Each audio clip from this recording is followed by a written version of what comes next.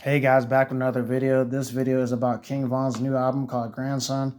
I liked his feature selection that the record labels and the people behind the scenes put together. They got G Herbo on there, Polo G on there, Little Dirt, T Grizzly, Tink, this guy named Breezy Lynn. Oh, that's a female, yeah, because I heard that song. Breezy Lynn. Tink was on there. Let's see, 42 Doug.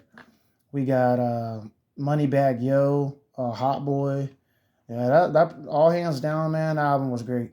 I like how they picked number 17 as like the final song. There was 17 tracks. I mean, all the songs were just fire, you know what I mean? But I like how they picked 17 because that's seven is number of completion. So I like how they did that. I mean, all hands down, this project was probably one of the best hip hop projects of this year because I know we're coming up in August, so you know everything's flying by now. But this project was all hands down one of his best. I mean, the guy just went in. Like I was telling my brothers, I was like, bro, he went on this project. You could tell he's a hungry artist. You know, to get Polo G on there was awesome because I sound like they were recording the song in a separate studio because you could kind of hear like a sound, a different sound when you hear Polo G's part. You're like, oh wow. But yeah, dude, the guy was hungry, man. Like he had a story to pretty much tell everybody. Like this is what I'm going through. Act Up was like a tough song as well. You know what I mean? He just went in. But yeah, Act Up is definitely one of my favorites on this project. G Herbo as well, real oppie. He's like real oppie. Yeah, this guy was definitely like aggressive, man. I mean, every song he pretty much did, he just put out like as like a street banger.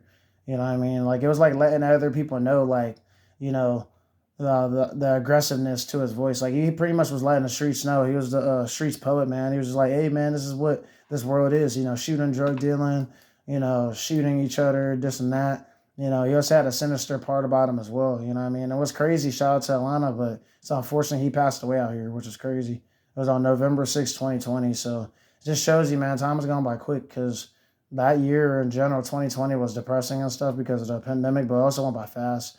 And I remember before he passed away, he dropped Welcome to O Block. That's crazy. That's what makes us so crazy. And then his project obviously did crazy numbers after he passed away, but October 30th, which was interesting. They released that album before he passed because he passed away in November. What did I say? November 6th. Yeah, I thought that was a little weird. Literally the week that before he dropped the album, the week before he passed away, he dropped the album, which is crazy. Then November 6th, 2020, he passed away. That's what I was like. That was sketchy to me. I mean, they literally the guy like they were talking. One of the guys, shout out to him at work. I forgot who told me, but he said that this guy literally would get a ticket. The guy that killed him, he literally would get a ticket just to go to his shows. This is wild, and he would sit in the front row on purpose. So he'd like get all his tickets to all his shows, and then like sit in the front row, and as well as trying to so called meet him. But they ended up setting him up in the parking lot, which is unfortunate. They pretty much was like trying to lure him in. It was over his girl, over a woman, which is crazy. She's the one that kind of like got him all mad because like, what are you doing? This and that. He was trying to do what they do back in the day, which is fight. And then the guy loads him, pulled out the gun and shot him. It was crazy, man. All on video too, and everyone's thinking that the police was all part of it, stuff like that. But yeah, this project was just all hands down one of the best. I feel like this is one of the best projects of 2023. I mean, you know what I mean? A lot of people are kind of keeping their albums pushed back till next year, but I feel like we definitely got a special prosper I can't say the word prosperous album.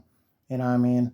It was straight up hands down. So other than that though, guys, you already know what to do. Subscribe, stay tuned for more videos, and you already know we just grinding it out and keeping it going, guys.